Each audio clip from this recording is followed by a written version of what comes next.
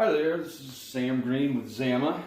I'm glad you would join me today. What we want to talk about is putting in transitions for one of the newer categories of flooring, which is the luxury vinyl. You can see here in my little mock-up. Basically, it's a plastic floor. The draw for this is that it's waterproof.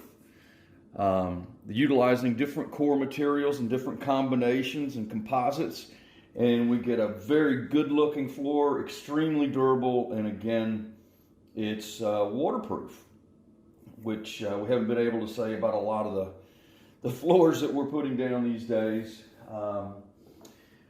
But what you're going to get is a product that will be blister packed, and you'll have three components in that pack.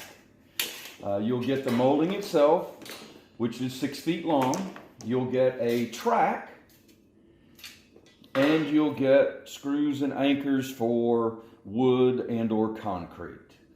So all that comes together packaged, and basically should take care of two doorways, normal doorways in the house. A little bit about how this product is made, the molding that is.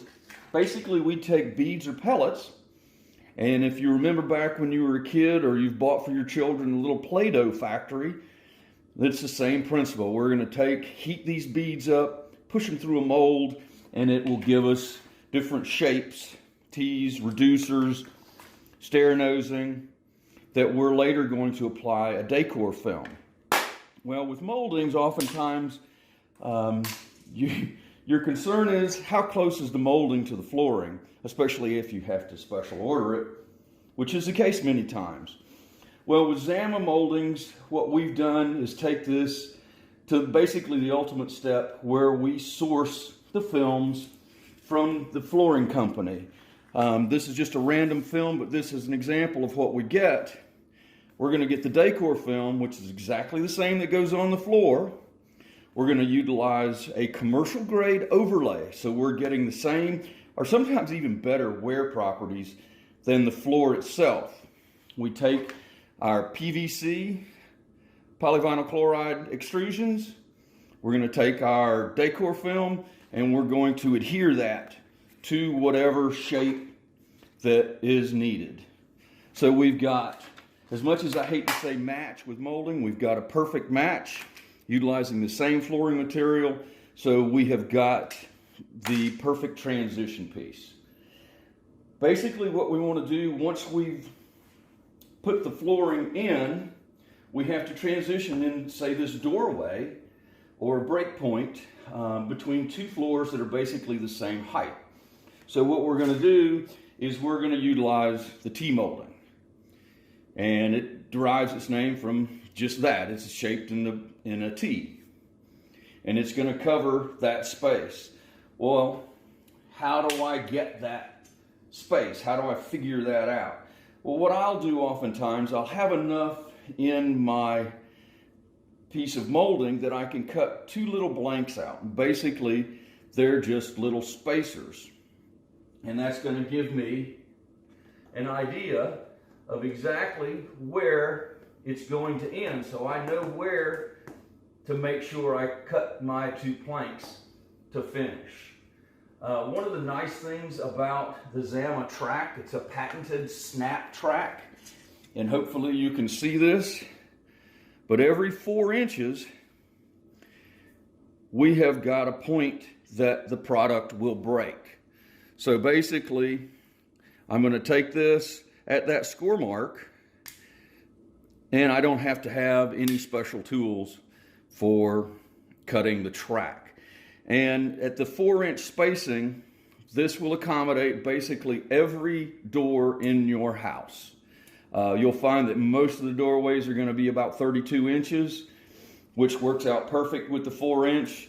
Even if you have a 2/6 door, a 30-inch door, you space 1 inch, you'll center it 1 inch in the middle, and you can still accomplish your objective. No problem there.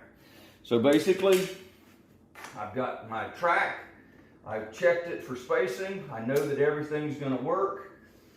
Included in that blister pack, you're going to get some screws. You'll get screws and anchors, if I didn't mention that.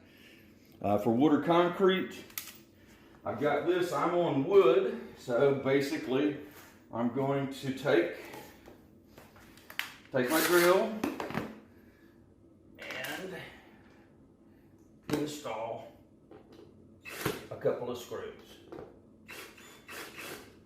I can get it started. All right.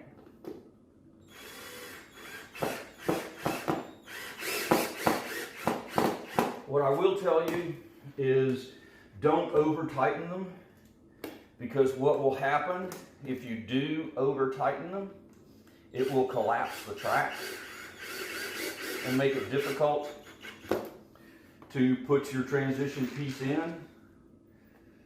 So now I've got that in there. I want to remove my little spacers, which are in there, as you can see, pretty tight. What I will tell you also, that these particular moldings have grooves in them so that when it goes into the track, it is adjustable. So I can snap this to varying heights to accommodate different irregularities in the floor. So we've got that ready to go. Now what I'm going to do is I'm going to take and cut my reducer to length, and I'm going to come in and I'm going to snap it in place. Or actually my T-molding, I'm sorry. So once I've cut my T-molding, you use a fine tooth saw.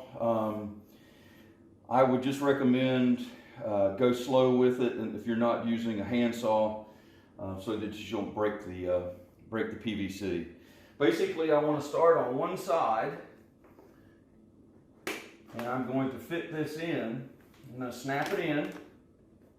Start on one side, doesn't matter which, and go one way to the other. I'm just going to use a rubber handle.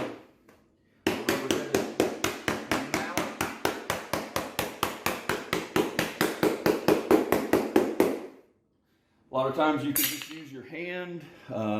These days the hammers will come with a rubber handle. You can use that to tap it into place.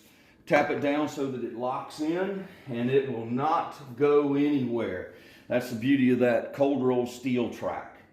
Once the teeth are locked in, you have a permanent installation. You've got the wear and tear comparable to the floor. It's waterproof. And like I say, we're utilizing the same films, so it is exactly the same as the flooring. I would still recommend that you get your moldings, and part of the beauty of these new floors is having the variety of the color, the variation from one plank to the next. If you know beforehand what molding is going to go where, you can pick and choose which plank will be adjacent to the molding so you get the best blending possible. So I hope that helps. Have a good day.